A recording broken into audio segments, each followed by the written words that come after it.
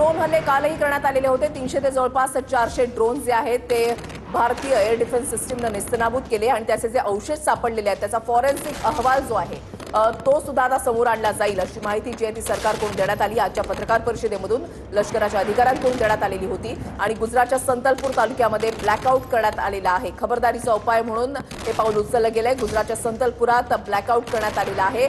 आज गुजरातला पाकिस्तानकडून टार्गेट केलं जात आहे। पाकिस्तानकडून भारताच्या 26 शहरांवर ड्रोनच्या हल्ल्याचा प्रयत्न। 4 राज्यांमध्ये 26 शहरांवर पाकनं ड्रोननं हल्ला केला। भारतीय सैन्यानं पाकचा हा ड्रोन हल्ला हा पूर्णपणे हाणून पाडलेला आहे, नेस्तनाबूत केलेला आहे।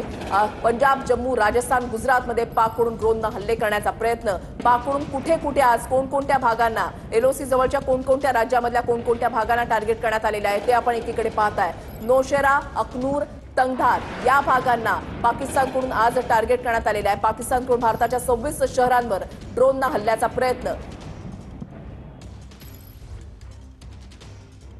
तर या शहरांवर ड्रोनने हल्ले केले, मात्र भारतीय सैन्याने ते हल्ले परतवले। जम्मू, सांबा, उरी, पूंछ, पठाणकोट, नौशेरा, अखनूर, तंगधार, जैसलमेर, उत्तरलाई, फलौदी, अमृतसर, फिरोजपूर, बाड़मेर या शहरांवर ड्रोनद्वारे हल्ले करण्यात आलेले आहेत। मात्र भारताने या प्रत्येक ड्रोन हल्ल्याचं प्रत्युत्तर दिले। हे ड्रोन हल्ले नेस्तनाबूत केलेले आहेत।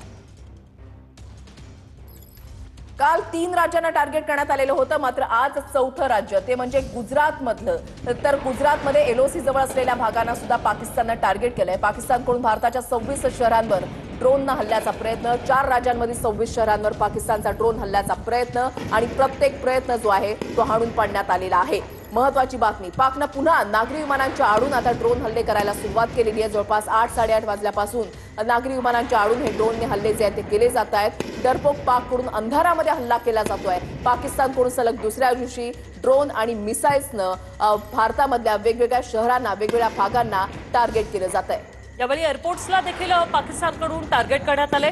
श्रीनगर एअरपोर्ट जवळ 6 ते 7 स्फोटांचे आवाज येत आहेत। श्रीनगरमध्ये पाकचे ड्रोन पाडत भारताने सर्व हल्ले उधळून लावलेले आहेत। श्रीनगर एअरपोर्ट परिसरात सध्या ब्लॅकआउट करण्यात आलेला आहे। सायरनही वाजतायत आणि पाकचे ड्रोन भारतीय लष्कराच्या एअर डिफेन्स सिस्टीमने नष्ट केलेले आहेत। श्रीनगर जवळ सध्या एअरपोर्ट जवळ 6 ते 7 स्फोटांचे आवाज होत आहेत। एलओसीवर गोळीबारासह तोफगोळ्यांचा मारा सध्या सुरू आहे। श्रीनगरमध्ये पाकचे सर्व हल्ले जे आहेत ते भारताकडून उधळून लावलेले आहेत।